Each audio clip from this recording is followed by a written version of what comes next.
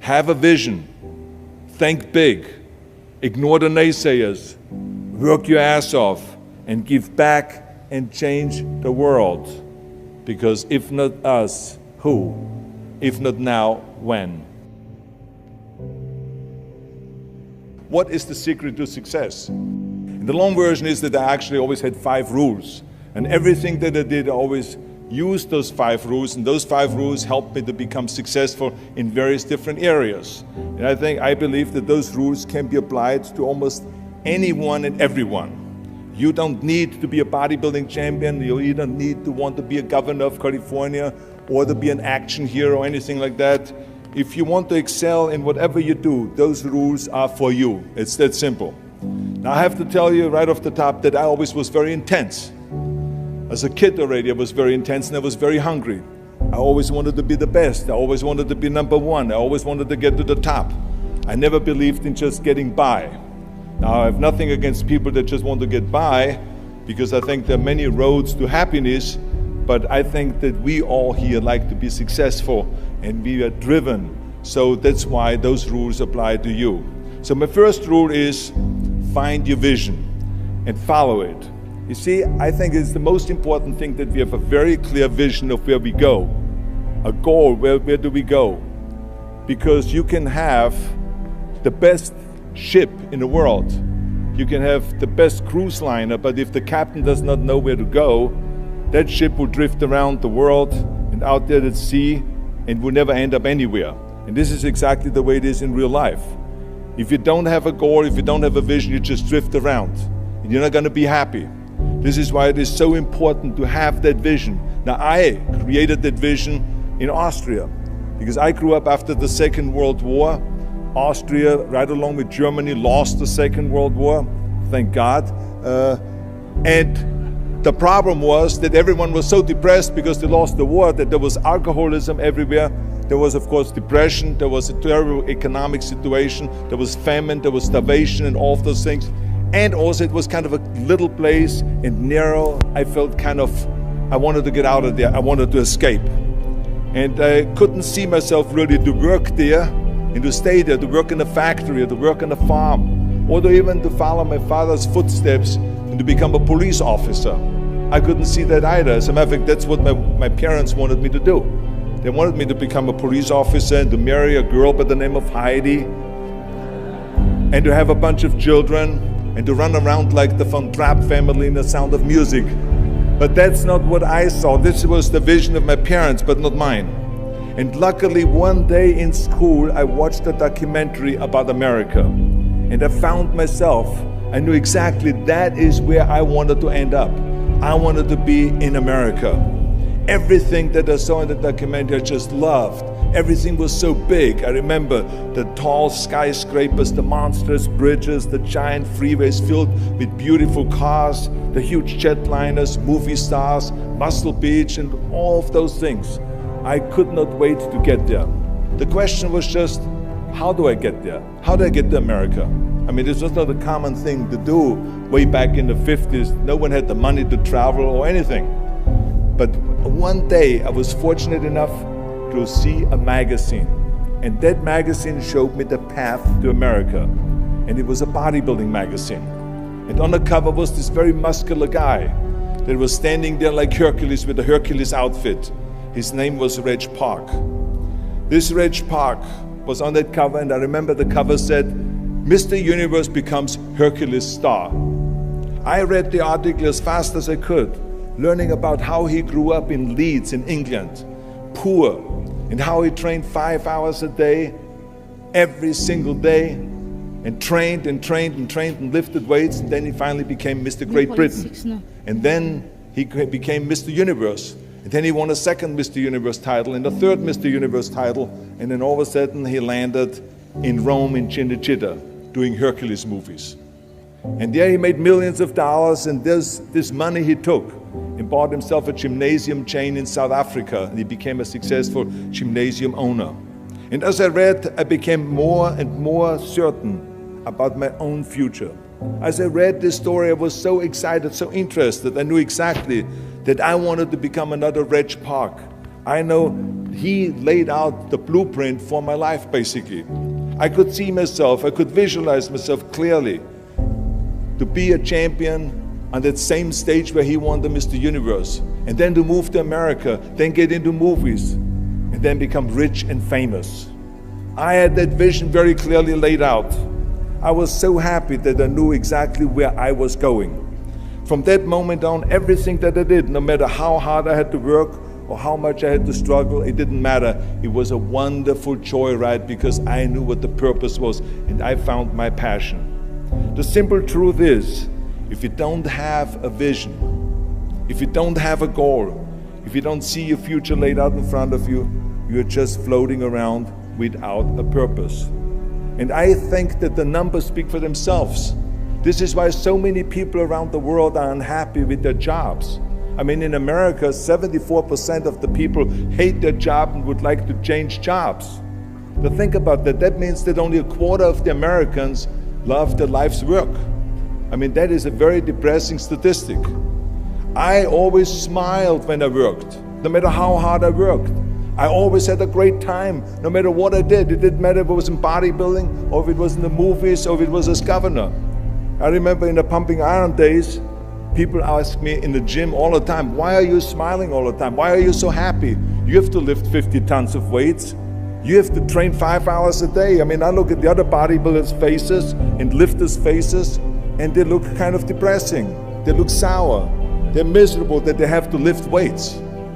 You don't look miserable, you look happy. And I tell them always, I say, I smile because I know exactly that every rep that I do, that every set that I do, every weight that I lift, I get one step closer to turning that vision of mine into reality and becoming that Mr. Universe. I could not wait to lift another 500 pounds in the squats. I could not wait to do another 1,000 sit-ups. I could not wait to do bench press, more bench press and more curls until I couldn't move my arms anymore. Because I knew that every rep got me closer to standing on that stage as a champion. As a matter of fact, when I lifted weights, I didn't really feel like I was lifting weights. I felt like I was lifting a trophy over my head each time I lifted. And to have all those bodybuilders around me and thousands of people screaming. And I tell you that this vision didn't just help me in bodybuilding, it helped me with everything, like I said.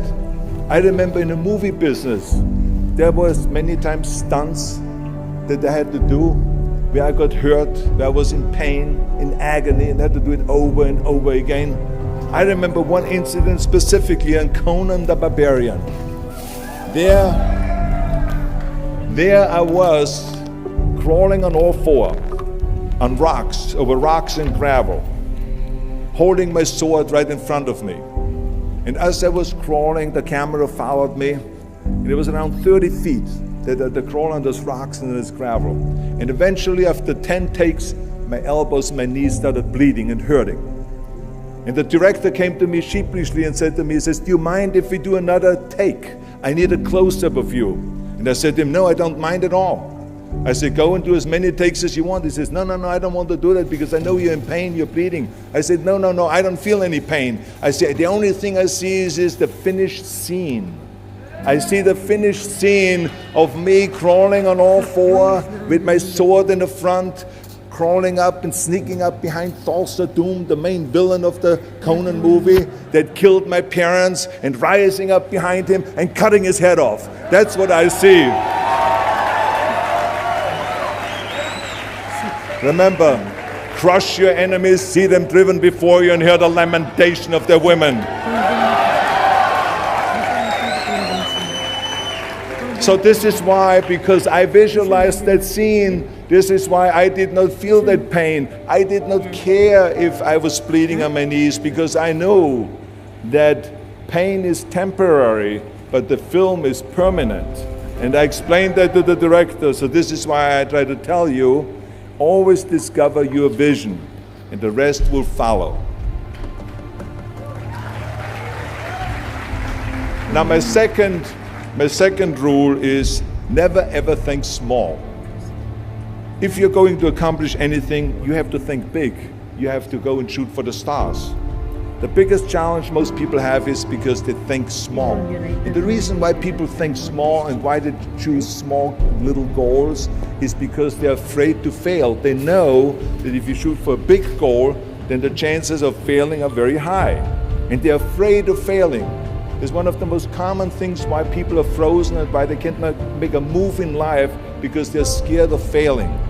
I say to myself, hey, I'm not worried about failing because that's part of life. You're not going to go and win everything. And how far can you fall? Look at this. This is the ground. That's as far as I can fall. And you know something?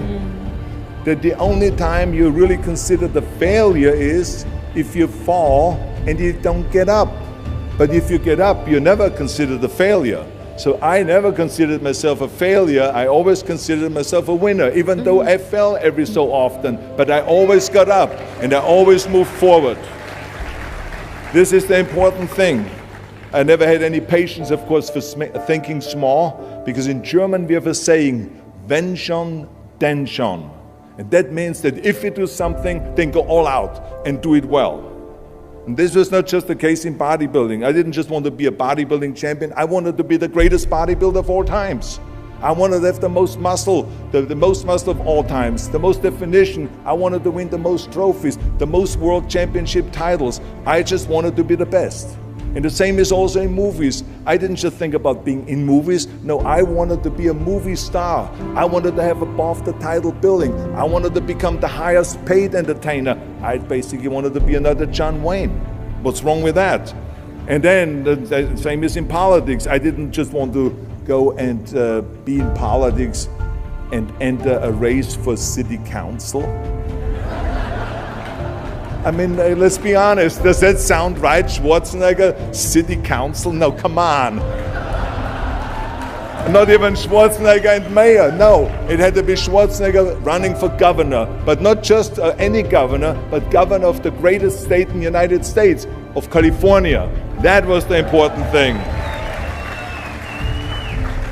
I'll give you an example of big thinking.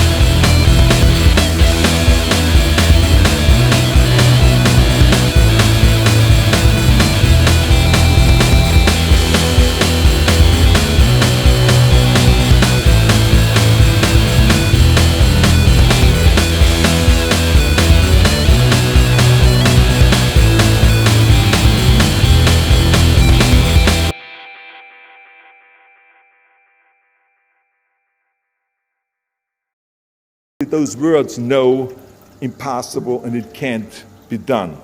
I mean, in each one of my careers, when someone said it's impossible, I heard it's possible. When someone said it can't be done, I heard it can be done. And when someone said no, then I heard loud and clear, yes. So this is what I believed. And I am a big believer of what Nelson Mandela said.